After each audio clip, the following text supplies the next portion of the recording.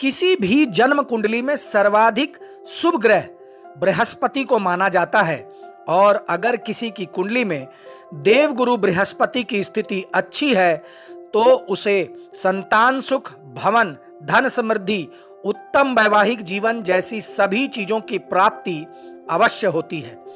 तो वैसे देवगुरु बृहस्पति जब शुक्र की अधिपत्य वाली वृषभ राशि से निकलकर बुध के स्वामित्व वाली मिथुन राशि में पहुंच गए हैं, तब आप सभी के जन्म कुंडली में इस बृहस्पति के गोचर का यानी इस मूवमेंट का क्या प्रभाव पड़ने वाला है, इस वीडियो के माध्यम से मैं आपको विस्तार से बताऊंगा। आइए सबसे पहले मैं आपको कुछ जानकारी देवगुरु बृहस्पति के बारे में दे दूं। देखिए, बृहस्पति ग्रह को देवताओं का गुरु माना जाता है और यह नैसर्गिक रूप से शुभ ग्रह होते हैं। इन्हें धनु राशि और मीन राशि के स्वामित्व प्राप्त है। गुरु ग्रह कर्क राशि में अपनी उच्च अवस्था में होते हैं, वहीं मकर राशि में अपनी नीच अवस्था में माना जाता है। एक अनुकूल बृहस्पति आपके जीवन में संतान सुख, भवन, धन समृद्धि, उत्तम वैवाहिक जीवन जैसी सभी चीजों की प्राप्ति करा देते हैं और आपको समाज में सम्मान भी दिलाते हैं। देखिए, इस वर्ष 2025 में देवगुरु बृहस्पति मई के महीने में मिथुन राशि में गोचर कर रहे हैं। 19 अक्टूबर 2025 को दोपहर 12:57 तक बृहस्पति मिथुन राशि में रहेंगे। उसके बाद वहां से निकलकर चंद्रमा के स्वामित्व वाली राशि कर्क राशि में प्रवेश कर जाएंगे, जिससे कि वह अपनी उच्च अवस्था में होंगे और इसी कर्क राशि में 11 नवंबर 2025 को सायंकाल 6:31 पर बृहस्पति महाराज वक्री हो जाएंगे और फिर वक्री अवस्था में 4 दिसंबर 2025 को रात्रि 8:39 तक मिथुन राशि में एक बार फिर प्रवेश कर जाएंगे। इस प्रकार 2025 के दौरान देवगुरु बृहस्पति वृषभ राशि से निकलकर मिथुन राशि, फिर मिथुन राशि से निकलकर कर्क राशि और फिर कर्क राशि से निकलकर वक्री अवस्था में मिथुन राशि में प्रवेश करेंगे। इस दौरान जब बृहस्पति का मिथुन राशि में गोचर होगा तो 9 जून 2025 को शाम 4:12 से बृहस्पति अस्त अवस्था में आ जाएंगे और इससे बृहस्पति तारा का डूबना भी कहा जाता है और 9 जुलाई 2025 को रात्रि 10:50 तक अपनी उदित अवस्था में आ जाएंगे, जिसे बृहस्पति तारा का उदय होना भी कहा जाता है। देखिए, बृहस्पति ग्रह जब अस्त अवस्था में होंगे तो इसे अनुकूल नहीं माना जाता है और इस दौरान सभी शुभ कार्यों को करने की मनाही हो जाती है, क्योंकि बृहस्पति ग्रह सभी शुभ कार्यों को करने वाले माने जाते हैं। उनके अस्त होने पर इन कार्यों पर जैसे विवाह आदि शुभ कार्यों पर रोक लग जाती है। अब आइए मैं आपको विस्तार से बताऊं कि सभी 12 राशियों पर बृहस्पति का यह गोचर यानी गुरु ग्रह का यह गोचर मिथुन राशि में जो हो रहा है उसका क्या प्रभाव पड़ेगा। देखिए, चूंकि 12 राशि अगर मैं बताऊं तो यह वीडियो बहुत लंबा हो जाएगा, इसलिए मैं आज के इस वीडियो में आपको सिर्फ 3 राशि बताऊंगा, मेष, वृषभ और मिथुन। इन राशियों पर क्या प्रभाव पड़ेगा यह देवगुरु बृहस्पति के गोचर का और आपको क्या उपाय करना चाहिए वह भी मैं बताऊंगा। तो वीडियो को ध्यान से अंत तक अवश्य देखें। तो आइए सबसे पहले मैं आपको मेष राशि के विषय में बताता हूं। देखिए, मेष राशि में देवगुरु बृहस्पति भाग्य स्थान यानी नवम भाव और व्यय स्थान यानी द्वादश भाव के स्वामी हैं और मिथुन राशि में बृहस्पति का यह गोचर होने से यह आपकी राशि से तीसरे भाव में गोचर करने जा रहे हैं। बृहस्पति के इस गोचर के प्रभाव से आपके अंदर आलस की बढ़ोतरी दिखाई देगी, जिससे आप अपने कामों को टालते हुए नजर आएंगे और आपको कार्य क्षेत्र में और जीवन के अन्य क्षेत्रों में रुकावटों का सामना करना पड़ेगा। इसलिए आपको इन समस्याओं से बचने के लिए अपना आलस्य त्याग कर मेहनत पर जोर देना चाहिए। आप धर्म कर्म के मामलों में बढ़ चढ़ कर हिस्सा लेंगे। धार्मिक यात्राएं आप बहुत करेंगे। मित्रों का सहयोग आपके साथ रहेगा और उनके साथ अच्छी अच्छी जगह घूमने आप जाएंगे। आपके भाई बहनों से आपके संबंध और मजबूत होंगे। आपको खुशी महसूस होगी कि आपके भाई बहन आपके साथ हैं। देखिए, व्यवसाय में उन्नति के योग बनेंगे। बृहस्पति महाराज की दृष्टि आपकी कुंडली के सप्तम भाव, नवम भाव और एकादश भाव पर होने से व्यापार में उन्नति होगी। वैवाहिक जीवन में प्रेम बढ़ेगा और आपसी संबंधों में चली आ रही सभी समस्याएं दूर हो जाएंगी। देखिए, व्यवसाय का विस्तार भी हो सकता है और आमदनी की अच्छी बढ़ोतरी के योग भी आपको दिखाई देंगे। सामाजिक दायरे में बढ़ोतरी होगी। समाज में आपका मान सम्मान और कद बढ़ेगा। पिता से संबंध आपके और मधुर होंगे।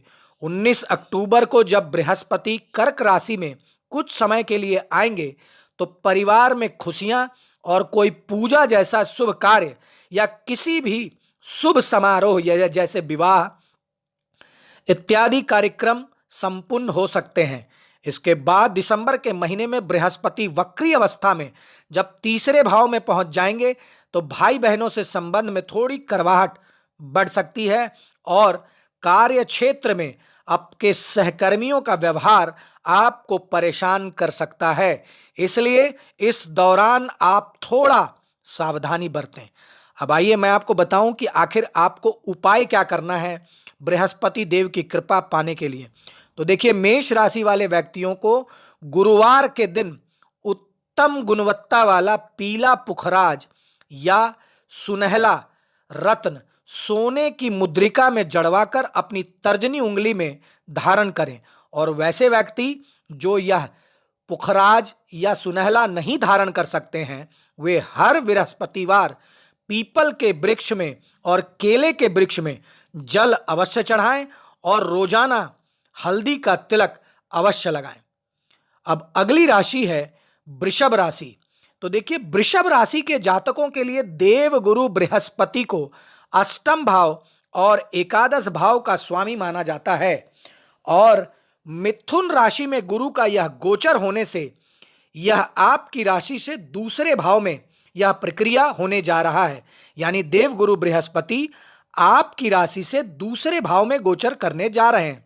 बृहस्पति के इस गोचर के प्रभाव से आपकी वाणी में थोड़ी गंभीरता दिखाई देगी।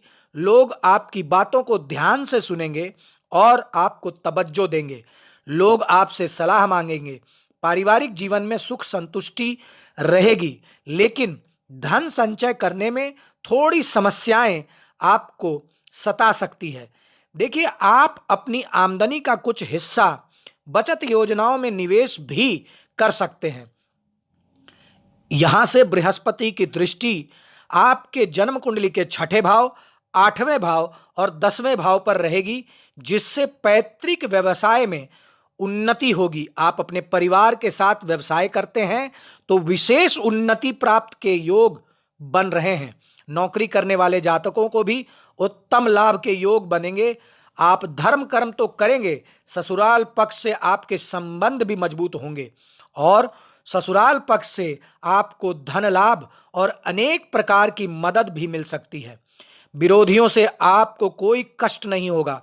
अक्टूबर के महीने में जब बृहस्पति महाराज कर्क राशि में जाएंगे तो आपके तीसरे भाव को प्रभावित करेंगे, जिससे कि धार्मिक यात्राओं के योग बनेंगे और परिवार के सदस्यों का सहयोग और प्रेम भी मिलेगा।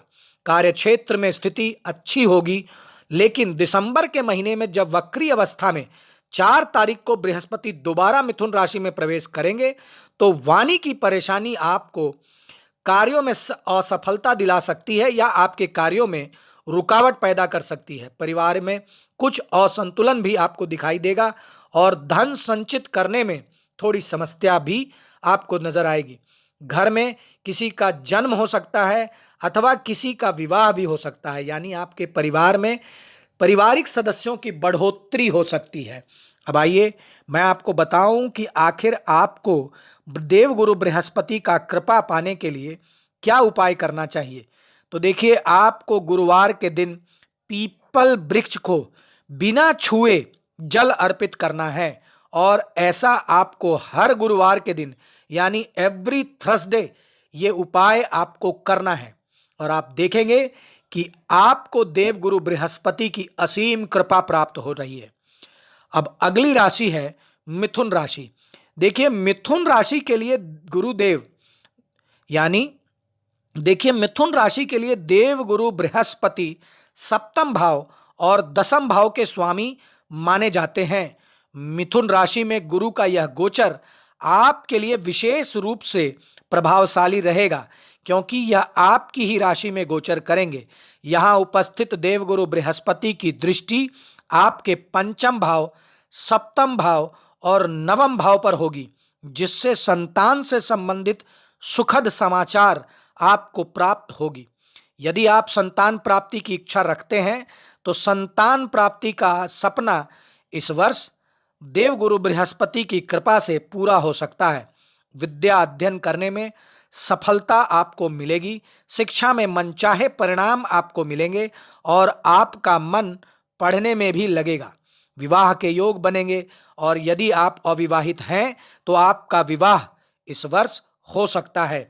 विवाहित जातकों के लिए वैवाहिक जीवन की समस्याओं में कमी आएगी और आपका पति पत्नी में सामंजस्य और बेहतर बनेगा, जिससे कि वैवाहिक जीवन का सुख आपको मिलेगा। व्यापार में उत्तम उन्नति के योग बनेंगे। समाज के इज्जतदार लोगों से आपकी मेल मुलाकात होगी, जिससे कि आपको व्यापार में अच्छा लाभ और सामाजिक तौर पर उन्नति मिलेगी। धार्मिक कार्यों में आपको सफलता मिलेगी। आपका भाग्य उन्नति करेगा और आपकी परेशानियों में कमी आएगी। अक्टूबर के महीने में बृहस्पति महाराज दूसरे भाव में जाकर धन संबंधित समस्याओं को दूर करेंगे। तब धन संचित करने में लाभ आपको मिलेगा और आपके कार्यों में अधिक सफलता के योग आपको दिखाई देंगे। दिसंबर के महीने में वक्री अवस्था में आपकी राशि में बृहस्पति का आना स्वास्थ्य समस्याओं को जन्म दे सकता है एवं वैवाहिक संबंधों और व्यापार में थोड़ी सी उतार चढ़ाव की स्थिति बन सकती है। अब आइए मैं आपको बताऊं कि आखिर आपको उपाय क्या करना है जिससे कि देवगुरु बृहस्पति का यह गोचर आपके लिए लाभदायक हो जाए। तो देखिए, हर गुरुवार के दिन आप किसी भी मंदिर में जाकर चने की दाल का दान करें और अगर आप प्रत्येक गुरुवार ऐसा नहीं कर सकते हैं तो महीने में एक गुरुवार अवश्य ऐसा करें। आप देखेंगे कि ऐसा करने से आपको बहुत लाभ मिल रहा है। अब देखिए, अगर कोई वैसे भी जातक है जो गुरुवार के दिन या चने की दाल का दान नहीं कर सकते हैं तो वे केवल पीपल के वृक्ष की 7 परिक्रमा भी अगर कर लें और ओम नमो भगवते वासुदेवाय मंत्र का जाप कर लें तब भी उन्हें अत्यंत ही लाभ होगा। अब देखिए, जो आगे आने वाली जो राशियां हैं जैसे कर्क, सिंह, कन्या से लेकर मीन तक, इन राशियों के लिए आप अगले वीडियो का वेट करें। मैं आपको विस्तार से आपके राशि में बृहस्पति का गोचर क्या परिणाम देगा यह बतलाऊंगा। और वैसे दर्शक जो मेरे चैनल पे पहली बार आए हैं वो चैनल को सब्सक्राइब कर लें और अगर आप मुझसे अपनी कुंडली दिखवाना चाहते हैं, एनालाइज करवाना चाहते हैं तो आप अपनी अपॉइंटमेंट इस स्क्रीन पर दिए हुए नंबर पर बुक कर लें। धन्यवाद।